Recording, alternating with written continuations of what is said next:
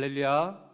하나님을 경배하고 예배하기 위해 또 말씀을 사모하는 마음으로 나오신 모든 성도님들을 주님의 크신 사랑으로 환영합니다. 다시 한번 축복하기는 오랜만에 나오신 분들, 또 처음 나오신 분들, 그리고 늘 예배 자리를 지켜주시는 모든 분들을 주님의 따뜻한 사랑으로 위로합니다. 오늘 말씀을 통해 하나님께서 주시는 힘과 능력을 받으시기를 더불어 축원합니다. 우리는 지난주에 출애굽기 3장 전반부 말씀을 통해서 미디안 광야에서 80세의 늙은 양치기로 잊혀져 갔던 그 모세에게 하나님이 찾아오신 장면을 살펴보았습니다. 하나님은 모세를 꺼지지 않는 떨기나무 가운데로 부르셨고, 내가 서 있는 곳은 거룩한 땅이니 내 발에서 신을 벗으라 하신 그 말씀의 의미를 알게 되었습니다. 하나님은 우리의 모든 과거의 상처와 고집, 그리고 고단함에 신발을 벗고 우리의 인생을 올가매었던 그 답답한 신발끈을 풀어 제치고 있는 모습 그대로 맨발로 주님께로 나아와서 주님 품에 안기라고 하신 하나님의 사랑을 확인하였습니다. 바라기는 주님의 품 안에 오신 여러분 모두에게 이 하나님의 놀라운 사랑이 충만하시기를 다시 한번 축원합니다. 이제 떨기나무 불꽃 가운데서 신발을 벗고 있는 모습 그대로 더럽고 초라하고 초약한 그런 모습 그대로 하나님 앞에 엎드린 모세에게 하나님은 이스라엘 백성들을 이집트에서 이끌어내어 구원하라는 엄청난 사명을 맡기십니다. 그런데요, 모세가 그 사명을 받고 어떻게 대답했는지 혹시 기억하십니까? 기뻐 뛰며 춤추며 하나님께 아멘으로 응답했을까요? 그렇지 않습니다. 모세는 아멘으로 대답하지 못했습니다. 한 번도 아니고 두 번도 아니고 세 번, 네 번 연거푸어 하나님 나는 할 수 없습니다. 나는 못합니다. 나는 입이 뻣뻣하고 혀가 둔한 자입니다라고 하나님의 명령을 거절했습니다. 왜냐하면 모세는 이집트로 돌아가는 것이 무서웠기 때문입니다. 40년 동안 이집트의 왕자 생활을 하면서 이집트의 바로 왕이 얼마나 강한 힘을 가지고 있는지, 얼마나 무서운 사람인지 누구보다 잘 알고 있었고, 또 이집트의 군대가 전 세계에서 얼마나 막강한 군대인지도 너무나 잘 알고 있었습니다. 또한 이스라엘 백성들이 얼마나 완악하고 이율배반인지도 잘 알고 있었습니다. 자기 동족이 다치고 있는 것을, 고통당하는 것을 보고 모세가 나서서 대신 이집트 사람과 싸웠는데 오히려 이스라엘 백성들이 모세를 배척하고 살인자로 또 도망자로 만들어 버렸기 때문입니다. 그래서 모세는 하나님께 아주 조심스럽게 핵심적인 질문을 하나 이렇게 던집니다. 오늘 본문 13절입니다. 모세가 하나님께 아뢰었다. 제가 이스라엘 자손에게 가서 너희 조상의 하나님께서 나를 너희에게 보내셨다라고 말하면 그들이 저에게 그의 이름이 무엇이냐 하고 물을 터인데 제가 그들에게 무엇이라고 대답해야 합니까? 지금 모세는 하나님께 당신의 이름이 무엇입니까? 라고 물어보고 있습니다. 하나님께서 모세에게 이집트로 가서 이스라엘 백성들을 구원해내라고 명령하셨는데 왜 모세는 하나님께 이름을 물어보았습니까? 고대 근동사회에서 누군가에게 이름을 물어본다는 것은요, 단지 처음 만나는 사람을 알아가고자 하는 그런 통성명의 의미가 아닙니다. 고대인들에게 이름을 물어본다는 것은 단순히 그 대상을 부르는 호칭의 의미를 갖는 것이 아니라 그 사람의 성격, 신분, 능력, 존재, 본질 자체를 물어보는 것과 같습니다. 따라서 모세가 하나님께 이름을 물어본다는 것은 자기를 믿어주지 않는 이스라엘 백성들에게 내가 확실하게 말하는 그 신이 어떤 능력을 가지고 있는 신이냐라고 물어보는 것과 같다는 것입니다. 그냥 모세가 단순히 하나님의 위임을 받고 왔긴 하지만 이스라엘 백성들은 그 하나님이 도대체 어떤 하나님이냐, 그 신이 어떤 신이냐, 어떤 능력을 가지고 있느냐라고 물어보기에 거기에 적절한 답을 달라고 지금 모세가 당돌하게 하나님께 이름을 물어보고 있는 것입니다. 하나님은 그런데요, 이름을 물어보는 모세에게 화를 내지 않으셨습니다. 하나님의 능력, 하나님의 존재를 의심하고 있는 모세에게 오히려 하나님께서는 대답해 주십니다. 오늘 14절입니다. 하나님이 모세에게 대답하셨다. 하나님께서 모세를 책망하거나 야단치거나 그의 믿음 없음을 나무라는 것이 아니라 그의 물음에 기꺼이 대답해 주고 계신 것입니다. 나는 곧 나다. 너는 이스라엘 자손에게 이르기를 나라고 하는 분이 너를 그들에게 보내셨다 하여라. 나는 곧 나다라는 말씀은 개역개정 성경에는요, 나는 스스로 있는 자니라 라고 번역되어 있습니다. 히브리어 원어를 보면요, 예흐에 아쉐르 예흐에라는 뜻입니다. 히브리어 성경 본문에서 이 예흐에라는 단어는 히브리어 동사 하야에서 비롯되었는데요, 이 하야는 있다, 존재하다라는 뜻으로 1인칭 미완료형, 그러니까 끝나지 않고 현재 진행되고 있으며 앞으로도 계속 진행될 현재형 더하기 미래형을 의미합니다. 히브리어 문법에서 미완료형은 동작이 완료되지 않고 계속 이어지는 상태를 말합니다. 혹시 무슨 뜻인지 이해가 되십니까? 이 설교를 작성한 저도 이게 도대체 무슨 말인지, 이걸 어떻게 이해해야 되는지 잘 이해가 되지 않는데 굉장히 어렵게 하나님에 대해서 설명해 놓았습니다. 이 말을 직역하면 이런 뜻입니다.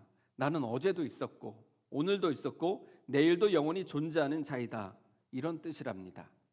여호와 하나님은 인간의 시간 개념처럼 시작과 끝이 있는 분이 아니라 인간은 태어난 날이 있고 또 죽는 날이 있다면 우리 하나님은 영원 전부터 영원 후까지 언제나 현재 진행형으로 살아 숨쉬는 분이라는 뜻입니다.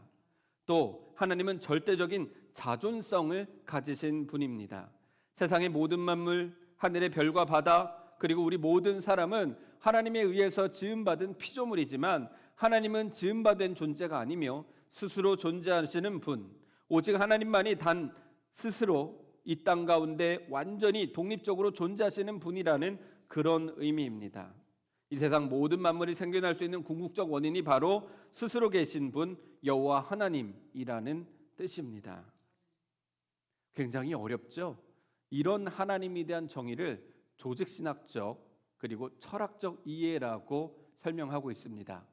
서구 철학, 서양 철학의 개념에서는요, 하나님을 이처럼 형이상학적, 존재론적, 시간적으로 이해하고 있는데요, 정말 흥미로운 것은 이스라엘 백성들은 하나님을 이렇게 이해하지 않았다는 것입니다. 예의에 아쉐르 예의에, 이 말은 이스라엘 백성들, 곧 히브리어를 사용하는 이스라엘 백성들에게는 어떻게 들렸느냐? 나는 장차 내가 원하는 대로 될 나이다 라는 뜻입니다. 그러니까 모세가 하나님께 이름을 물어보자 하나님께서 모세에게 이렇게 대답하신 것입니다. 내가 너를 보내서 내 백성을 이집트에서 구원할 것이다. 나는 장차 내가 원하는 대로 내 백성을 이집트에서 구원할 나이다 라는 뜻입니다. 모세가 하나님께 당신의 이름이 무엇입니까? 라고 물어봤을 때 하나님은 모세에게 나는 내 백성을 구원할 자다 라고 이름을 가르쳐 주었다는 것입니다. 즉 여호와라는 이름, 우리가 믿고 있는 하나님의 이름은 나를 구원해 주실 분이라는 뜻입니다. 이 말씀을 믿으시고 여러분의 하나님, 우리가 믿는 하나님, 우리 장의교회가 믿는 하나님은 우리를 죄와 사망, 인생의 문제, 고통, 어려움, 모든 질병에서 능히 구원하시는 분이라는 것을 믿으시기 바랍니다. 그러므로 여호와, 나는 장차 내가 원하는 대로 될 나이다 라는 이름은 나는 인간의 역사 속에 들어가서 인간의 역사를 변화시키겠다라는 뜻입니다. 저 멀리 계신 분, 뒷짐지고 우리 인생을 물끄러미 바라보시는 분이 아니라 우리의 삶에 직접 들어오셔서 우리 인생의 한 복판에서 우리의 고통, 우리의 눈물을 해결해 주시는, 구원하시는 분이 바로 하나님의 이름, 곧 여호와라는 것입니다. 하나님은 모세에게 이스라엘 백성을 이집트에서 구출하여 젖과 꿀이 흐르는 가나안 땅으로 데려가실 것이라고 말씀하셨습니다. 하지만요, 오늘 본문 출애굽기 3장, 이 3장만을 놓고 봤을 때는 모세나 이스라엘 백성들, 심지어 바로나 이집트의 군대들은 앞으로 일이 어떻게 일어날지, 어떤 일이 벌어질지에 대해서 아무도 예상하지 못했습니다. 하지만 하나님은 앞으로 일어날 일을 모세와 이스라엘 백성들, 바로와 이집트 군대에 어떤 일이 일어날지를 미리 말씀해 주셨고, 모세와 백성들은 하나님께서 앞으로 행하실 일들을 겪으면서 하나님을 알아가게 될 것이라고 가르쳐 주셨습니다. 우리는 이미 이 출애굽기의 모든 말씀을 알고 있습니다. 그렇기 때문에 하나님께서 이스라엘 백성들을 어떤 방법으로 구원하셨는지, 또 바로와 이집트 군대가 어떤 어려움을 겪게 될지 우리는 말씀을 통해 다 알고 있습니다. 하지만 이때 당시 출애굽기 3장의 시절로 돌아간다면 모세와 이스라엘 백성들에게 이것만큼 정말 황당하고 어이없는 말씀은 없다는 것이지요. 이집트 군대는 세계 최고의 강력한 군대요, 바로는 그 이집트 제국의 왕입니다. 그런 상황에서 42년도 아니고 무려 430년 동안 노예 생활을 해온 이집트의 노예 이스라엘 백성들을 하나님께서 구원하시겠다고 하셨으니 무엇으로, 어떤 말씀으로 믿을 수 있겠습니까? 아무 일도 일어나지 않았는데 어떻게 이스라엘 백성들이, 또 모세가 그 말씀을 신뢰할 수 있냐는 것입니다. 하나님은 그렇지만 늘 언제나 이스라엘 백성들에게 이와 같이 당신을 소개하셨습니다. 식별의 시작인 출애굽기 20장 2절 말씀을 보면 여호와 하나님은 나는 너희를 이집트 땅 종살이던 집에서 이끌어낸 주 너의 하나님이다 라고 소개하셨지, 나는 영원히 스스로 존재하는 창조주다, 나는 영원한 자존성을 가진 유일한 신이다 라고 가르쳐주지 않으셨습니다. 말라기 3장 6절 말씀에도 주 하나님은 변하지 않는다라고 말씀하셨습니다. 여호와 하나님께서 앞으로 행하시겠다고 하신 약속의 말씀은 변하지 않고 반드시 이루어진다라는 의미입니다. 우리 앞에 아직 아무 일도 일어나지 않았지만 여호와 하나님, 우리를 구원하시는 분, 말씀하시면 반드시 그 말씀을 지키신다라는 그 말씀을 우리는 믿어야 한다는 것입니다. 믿지 않으면 아무 역사도 일어나지 않습니다. 이스라엘 백성들 그리고 모세가 하나님의 말씀을 믿었기 때문에 지금 당장 눈앞에 일어나지 않는다 할지라도 하나님께서 그들을 구원하시는 그 발걸음을 따라 나아갈 수 있었다는 것입니다. 그래서 모세에게 이스라엘 백성을 구원하실 계획을 가르쳐 주신 하나님은 장차 앞으로 곧 이스라엘 백성들을 놀라게 하시는 여호와가 되신다는 뜻입니다. 지난 430년 동안 한 번도 본 일이 없는 그 놀라운 일을 행하시겠다고 약속하셨고 그 약속을 이루신 분이 바로 여호와 하나님입니다. 아무리 작고 초라하고 힘이 없는 연약한 민족, 이스라엘 민족 430년 동안 노예 생활을 해왔던 그런 민족이라 할지라도 하나님께서 그들의 삶에 개입하시고 역사하시면 노예 생활은 언제든 단숨에 끝날 수 있다는 것, 이것이 바로 여호와 하나님의 존재이고, 그래서 이스라엘 백성은 하나님께 하신 말씀, 그 말씀을 믿을 수밖에 없었던 것입니다. 그리고 하나님은 끊임없이 모세와 백성들에게 이와 같이 말씀하십니다. 너희는 나를 믿어야 할 것이다. 믿는 것 외에는 달리 방법이 없습니다. 믿어야 합니다. 하나님께서 우리의 인생 가운데 늘 구원을 선포하시고 치유와 회복을 말씀해 주셨습니다. 하지만 지금 우리에게 아무런 변화가 일어나지 않는다고 해서 우리가 믿지 않아야 할 이유가 없다는 것입니다. 1시간 후, 하루 뒤, 한 주 뒤, 한 달 뒤 어떤 일이 일어날지 우리는 아무도 예상할 수 없습니다.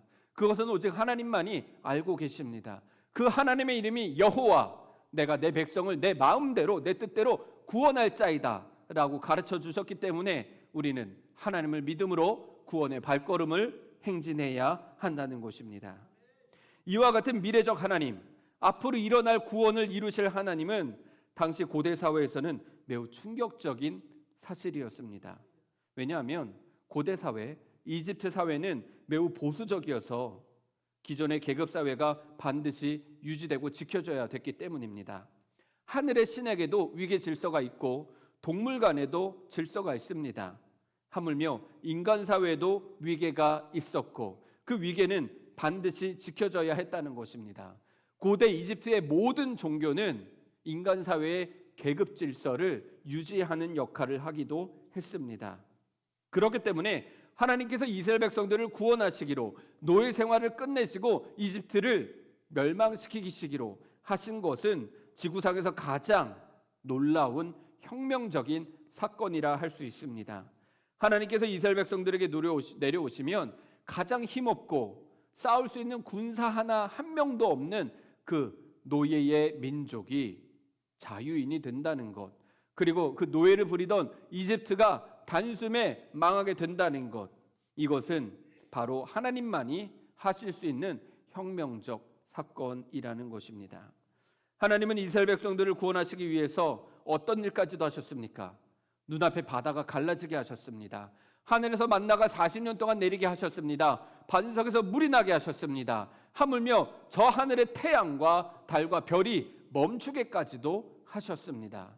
하나님은 내가 구원하겠다 마음만 먹으시면 모든 자연 질서를 뒤집어 엎으시고 멈추시기까지 하시면서 능히 하나님의 자녀들을 구원하시는 분이라는 것을 믿으시기 바랍니다. 하나님께서 저와 여러분을, 우리 모두를 구원하시기 위해서라면 여러분의 인생의 모든 바다도 능히 가르시는 분이라는 것을 굳게 믿으시고, 오늘 하나님께서 가르쳐 주신 여호와 그 이름, 내가 내 백성 내가 구원할 것이다 라는 것을 믿으시기 바랍니다. 나는 장차 내가 원하는 대로 내 백성을 구원할 나이다 라는 이 이름의 그 깊은 은혜를 반드시 믿음으로 품으시기를 소망합니다. 그래서 하나님은 처음부터 모세에게 신발을 벗으라고 말씀하신 다음에 6절, 15절, 16절에 걸쳐서 3번이나 이렇게 말씀해 주십니다. 나는 너희 조상의 하나님, 곧 아브라함의 하나님, 이삭의 하나님, 야곱의 하나님이다. 하나님께서 이스라엘 백성들에게 장차 영원히 기억될 이름을 가르쳐 주셨는데 그 이름이 아브라함의 하나님, 이삭의 하나님, 야곱의 하나님입니다. 무려 430년 전에 조상들의 이름을 다시금 상기시키시면서 그들과 인격적인 관계를 맺으시고 그들의 삶의 현장에서 친히 말씀을 이루신 그 역사와 관계의 하나님이라고 다시금 소개하고 있는 것입니다. 아브라함, 이삭, 야곱이 혹시 어떤 삶을 살았는지 기억하십니까? 아브라함은 믿음의 조상이고 이삭은 온유의 대명사입니다. 야곱은 하나님과 씨름하여 이긴 이스라엘이라는 이름을 받은 대단한 믿음을 가진 복된 사람입니다. 하지만 이스라엘 백성들에게 아브라함, 이삭, 야곱은 그런 의미 이전에 먼저 다른 의미로 다가옵니다. 그리고 하나님께서는 아브라함의 하나님, 이삭의 하나님, 야곱의 하나님이라 했을 때 이들의 복된 모습을 가지고 말씀하신 것이 아니라 이들의 인생의 초라한 모습을 드러내신 것입니다. 아브라함은 자기 아내 사라를 누이라고 속였습니다. 왜냐하면 자기 아내라고 했다가는 이 자기 자신을 죽이고 아내를 빼앗아갈까 봐 두려워서 속였고, 또 이삭은 어떤 사람입니까? 눈이 어둡고 귀가 어두워서 에서와 이삭, 야곱을 분별하지 못하고 에서에게 복을 내려야 되는데 야곱에게 장자권을 주었던, 그렇게 영적으로 둔감했던 사람이었습니다. 야곱은 말할 것도 없지요. 형 에서에게 장자권을 팥죽으로 빼앗았고, 또 형 외삼촌 라반의 집에 도망쳤으며, 또 외삼촌 라반을 속이기까지 하면서 끝까지 자기 이익만을 살았던 사기꾼, 그런 존재였습니다. 그럼에도 불구하고 하나님께서는 당신의 이름을, 하나님의 이름을 아브라함의 하나님, 이삭의 하나님, 야곱의 하나님이라 부르시는데 부끄러워하지 않으셨다는 것입니다. 이 세상에 어떤 권력자가 범죄자, 거짓말쟁이, 사기꾼의 이름을 자기 이름 앞에 붙이는 것을 좋아할 사람이 어디 있겠습니까?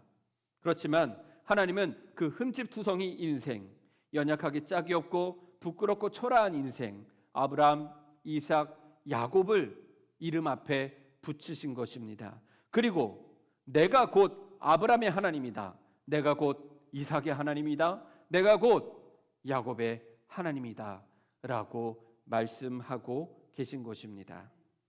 인간의 연약함과 실수에도 불구하고 하나님은 하나님의 자녀들의 그 연약함을 부끄러워하지 않으셨고 그들의 인생을 포기하지 않으셨고 끝까지 그들이 실패하고 쓰러지고 넘어진다 할지라도, 세상 모든 사람들의 손가락질을 할지라도 하나님은 그 흠집 많은 인생의 하나님이 되어 주셨습니다. 바로 그 하나님이 여러분의 하나님, 우리의 하나님 되심을 믿으시기 바랍니다. 내가 대단해서 하나님의 자녀가 아니라 있는 모습 그대로 내가 작고 초라하고 연약하고 부족하지만 그럼에도 불구하고 전능하신 하나님께서 나를 자녀 삼아 주셨고 나의 여호와 하나님이 되어 주십니다.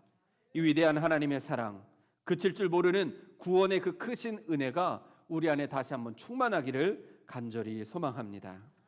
이제 우리의 이름을 하나님의 이름과 묶으신 여호와께서 고통 속에 있는 백성을 위해서 어떻게 구체적으로 일했는지 오늘 본문 16절 17절을 보겠습니다. 내가 너희의 처지를 생각한다. 너희가 이집트에서 겪은 일을 똑똑히 보았으니 이집트에서 고난받는 너희를 내가 이끌어내어 젖과 꿀이 흐르는 땅으로 올라가기로 작정하였다. 여기서 내가 너희의 처지를 생각한다, 똑똑히 보았다라는 뜻의 히브리어 동사는 파카드라는 단어입니다. 이 파카드라는 단어는 그냥 단순히 눈으로 보는 것만이 아니라 의사가 환자의 상태를 면밀히 아주 세밀하게 진찰하면서 살펴보는 것처럼 하나님께서 너희의 눈물과 상처와 신음소리를 하나하나 내가 면밀히 살펴보고 마음 깊이 새겨두었다라는 뜻입니다. 즉 430년 동안 노예 생활을 하면서 하나님이 우리를 버리셨다, 하나님이 우리를 돌보지 않으신다라고 생각하는 이스라엘 백성들에게 그렇지 않다. 나는 단 한순간도 너희들을 떠나지 않았다. 너희들의 눈물을 단 한순간도 단순히 그냥 흘려보내지 않았다라고 말씀하고 계신 것입니다. 이와 마찬가지로 이 시대를 살아가는 우리 모두의 그 인생의 어려움들, 질병의 고통, 경제적인 무너짐, 이런 모든 어려움들 가운데서 우리가 홀로 울고 있을 때 하나님은 우리 곁을 단 한순간도 떠나지 않으시고 졸지도 주무시지도 않으시며 우리와 함께 하시는 임마누엘 하나님이라 말씀하고 계신 것입니다.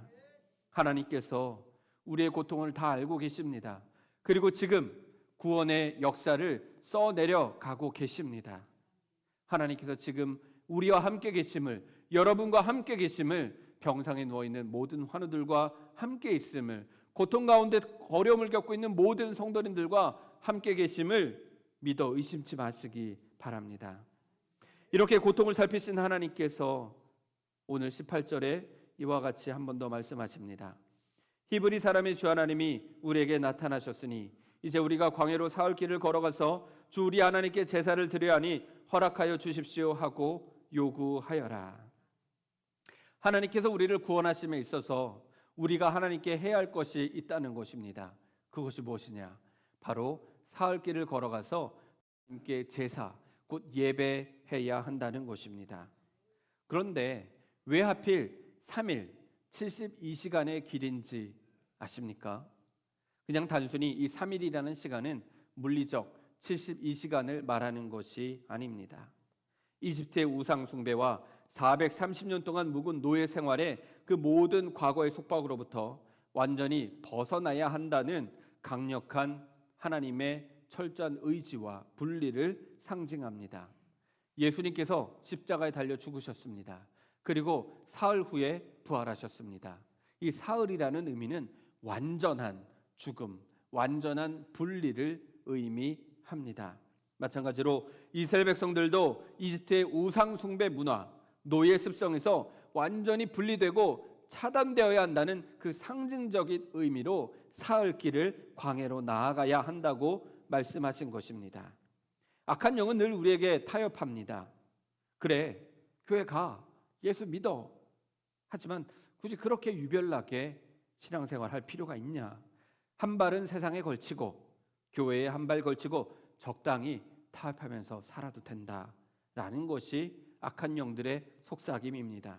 하지만 하나님의 자녀들, 하나님의 백성들은 이집트의 언저리에서 서성거려서는 안 됩니다. 하나님이 우리를 구원하시는 목적은 단순히 밥을 많이 먹고 조금 더 편안하게 노예 생활을 하라고 하시는 것이 절대 아닙니다.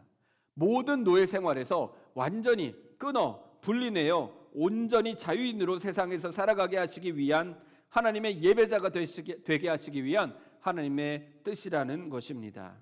그러므로 오늘 말씀 앞에서 우리를 얽아매고 있는 모든 영적인 이집트, 육체적인 이집트에서 완전히 분리되어야 합니다. 하나님의 십자가, 예수 그리스도의 십자가를 향해 사흘 길을 걸어 나아가 온전한 예배자가 되어야 한다는 것입니다. 하지만 그럼에도 불구하고 세상의 저항은 만만치 않습니다. 19절입니다. 그러나 내가 이집트의 왕을 강한 손으로 치지 않는 동안에는 그가 너희를 내보내지 않을 것이라는 것을 나는 안다. 우리가 사흘 길을 걸어가 하나님을 경배하고자 마음에 결심하고 확신을 가지고 나아간다 할지라도 그 사흘 길이 여간 힘든 일이 아니라는 것입니다. 반드시 우리가 결단하고 하나님께 나아가고자 하면 악한 영이 끊임없이 우리의 발걸음을, 우리의 발목을 붙잡는다는 것입니다. 이 사실을 하나님께서도 알고 계시다는 것이지요. 우리가 하나님께 나아가 예배하려고 할 때마다 아마 온갖 조롱이 들려올 것입니다. 네가 뭐라고 예배를 드려? 예배 드린다고 달라지냐? 예수 믿는다고 뭔가 달라지냐? 라는 온갖 조롱 소리가 들려올 것입니다. 하지만 그럼에도 불구하고 우리는 우리의 의지를 꺾어서는 안 됩니다. 바로가, 악한 영이 아무리 마음을 강팍하게 하고 우리를 어렵게 한다 할지라도 우리를 구원하시는 분의 손은 강한 손, 전능한 손이라는 것을 믿으시기 바랍니다. 20절에서 하나님은 이렇게 선포하십니다. 그러므로 나는 손수 온갖 이적으로 이집트를 치겠다. 그렇게 한 다음에야 그가 너희를 내보낼 것이다. 강한 손 대신 여호와 하나님의 전능하신 팔이 우리를 붙들고 있음을 믿으시기 바랍니다. 그리고 우리가 예배자가 되기로, 우리가 사흘기로 이집트와 단절되어 하나님의 백성으로서 하나님 나라에서 하나님을 온전히 예배하는 그런 예배자가 되기로 결심만 한다면 하나님의 강한 손이 우리를 붙들어 주신다는 것을 믿으시기 바랍니다. 우리가 믿음으로 끝까지 인내하며 하나님 앞에 엎드려 주님 앞에 나아갈 때 하나님은 친히 우리 앞에 홍해를 가르시고 대적을 진멸하실 줄 믿습니다. 기억하십시오. 홍해는 내가 가르는 것이 아닙니다. 홍해는 내가 사흘 길을 걸어 예배자가 되기로 결심하였을 때 하나님께서 갈라 주신다는 것입니다. 그리고 그 홍해에는 내가 빠져 죽는 것이 아니라 나를 괴롭히고 나를 어렵게 하는 인생의 모든 문제들이 홍해 안에 수장된다는 것을 기억하시고 주님의 말씀을 붙들고 여호와 하나님이 나의 하나님이심을 믿으시고 그 이름을 붙들고 나아가시는 우리 모두가 되기를 간절히 축원합니다. 이제 끝으로 하나님께서 구원의 절정을 보여주십니다. 21절, 22절입니다. 나는 이집트 사람이 나의 백성에게 은혜를 베풀게 하여 너희가 떠날 때에 빈손으로 떠나지 않게 하겠다. 이집트 여인들에게서 은부치와 금부치와 의복을 달라고 하여 그것으로 너희 아들 딸들을 치장하여라. 너희는 이렇게 이집트 사람의 물건을 빼앗아 가지고 떠나갈 것이다. 이 말씀을 얼핏 보면 하나님께서 이스라엘 백성들에게 이집트의 여인들에게서 은부치와 금부치, 옷들을 빼앗으라고 말씀하시는 것 같습니다. 하지만 여기서 빼앗다라는 뜻의 히브리어는 나찰이라는 단어인데요. 이 나찰이라는 단어는 전리품을 얻게 된다라는 뜻입니다. 즉 여호와 하나님께서 이집트에 10가지 재앙을 내리심으로써 이집트의 모든 신들을 물리치시고 승리하셨던 것처럼 하나님의 백성들은 이집트에서 승리함으로 당당하게 전리품을 취하게 된다는 뜻입니다. 전쟁에서 승리한 승전국이 패전국으로부터 전리품을 가지고 당당하게 나오는 것처럼 이스라엘 백성들이 도망치듯이 부끄럽게 죄인인 것처럼 이집트를 빠져나오는 것이 아니라 마치 전쟁에서 승리한 위풍당당한 그런 군사들이 승리의 행진을 하는 것과 같이 빈손으로 나오는 것 아니라 은부치와 금부치 온갖 좋은 것을 가지고 하나님 앞으로 나아가게 된다는 것입니다. 또 이스라엘 백성들은 이 구절을 이스라엘 백성들이 지난 400년 동안 노예 생활을 한 데 대한 정당한 임금을 받아가지고 나온 것이라고도 해석을 하고 있습니다. 즉 여호와 하나님께서는 하나님을 믿고 끝까지 참고 인내하며 이 신앙의 정을 이겨내는 모든 성도들이 이 세상에서 손해보고 핍박받고 고통당하게 하는 것이 아니라 오히려 이 양손에 가득 복을 내려주신다는 것을 이 말씀을 통해서 증명하고 계신 것입니다. 그러므로 하나님이 개입하시는 그 놀라운 역사를 기대하고 소망하시기 바랍니다. 우리가 끝까지 믿음을 붙들고 지켜나가면 하나님께서는 우리가 결코 손해보는 인생이 되지 않게 하신다는 것입니다. 여러분의 삶의 자리에서, 일터에서, 직장에서, 어디에서든 혹시라도 내가 예수를 믿음으로 말미암아 예배자의 삶을 살아감으로 말미암아 고통당하거나 어려움을 겪고 계시다면 이 말씀이 큰 위로가 될 줄 믿습니다. 하나님은 하나님의 자녀들이 손해보는 것을 원치 않으십니다. 하나님은 하나님의 자녀를 구원하시기 위해서라면 바다도 가르시는 분이심을 믿으시기 바라고, 또 그들의 양손에, 또 그들의 어린 아들 딸들에게 은부치와 금부치와 온갖 좋은 옷으로 치장하게 해주시는, 보상하시는 분이심을 믿으시기 바랍니다. 다시 한번 말씀드립니다. 하나님의 이름을 기억하십시오. 우리 하나님의 이름은 예의의 아쉐르 예흐, 우리의 삶에 내려오셔서 약속의 말씀을 이루시는 우리 여호와 하나님 되십니다. 여러분의 이름 뒤에 붙는 그 여호와 하나님, 우리 장위교회의 하나님은 우리를 구원하시는 임마누엘 하나님 되십니다. 그 놀라운 기적의 하나님께서 오늘 주님의 이름을 여러분의 이름 앞에 붙이십니다. 나는 아브라함의 하나님, 이삭의 하나님, 야곱의 하나님이다. 그리고 나는 지금 여기에 있는 눈물 흘리고 아파하는 너희의 하나님이다. 이 말씀을 기억하시기 바랍니다. 세상이 아무리 강할지라도 여호와 하나님 앞에서는 아무것도 아니라는 것을 기억하시고, 여호와 하나님의 이름이 나를 구원하시는 하나님이라는 것을 기억하셨으면 좋겠습니다. 그리고 믿음으로 나아가시기 바랍니다. 아직 우리 인생에는 아무런 일도 일어나지 않았습니다.